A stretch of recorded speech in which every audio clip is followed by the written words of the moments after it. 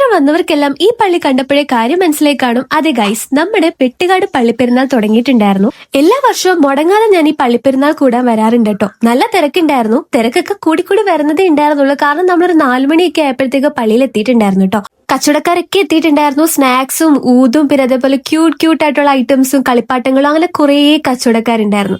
അതൊക്കെ നമ്മുടെ വീക്ക്നെസ് ആണല്ലോ. അങ്ങനെ അതൊക്കെ കയറി കുറേ കണ്ടു കേട്ടോ. ഇടയ്ക്ക് ദാഹിച്ചപ്പോൾ ഒരു സോഡ സർബത്തൊക്കെ വാങ്ങി കുടിച്ചിട്ടുണ്ടായിരുന്നു. നമുക്കിത് കാണാൻ കുറേ കിടക്കാണ്, കുറേ കച്ചവടക്കാരുണ്ട്. കുറച്ചു നേരം അവിടെയൊക്കെ ചുറ്റിക്കറങ്ങി നിന്നിട്ട് ബീച്ചിന്റെ സൈഡിൽ പോയപ്പോൾ അവിടെ ഗോസ്റ്റ് ഹൗസും പെറ്റ് കാർണിവൽ ഷോയും അങ്ങനത്തെ കുറേ കാര്യങ്ങളുണ്ടായിരുന്നു. ഞാൻ നേരെ പള്ളിയുടെ ഉള്ളിൽ കയറിട്ടോ. അവിടെ പോയി പ്രാർത്ഥിക്കും. എന്താണെന്നറിയത്തില്ല, മനസ്സിനൊരു പോസിറ്റീവ് എനർജിയും സമാധാനവും കിട്ടുന്നതായിട്ട് എനിക്ക് ഫീൽ ചെയ്തിട്ടുണ്ട്. പിന്നെ കുറച്ചു നേരം കൂടെ വെയിറ്റ് ചെയ്തപ്പോഴത്തേക്ക് ലൈറ്റ് ഷോ തുടങ്ങി. ഇനിയിപ്പോ ഞാനിത് പറഞ്ഞു പോറാക്കണ്ട, ലൈറ്റ് ഇട്ടിട്ടുള്ള പള്ളിയുടെ ഭംഗി നിങ്ങൾ കണ്ടു തന്നെ അറിഞ്ഞു.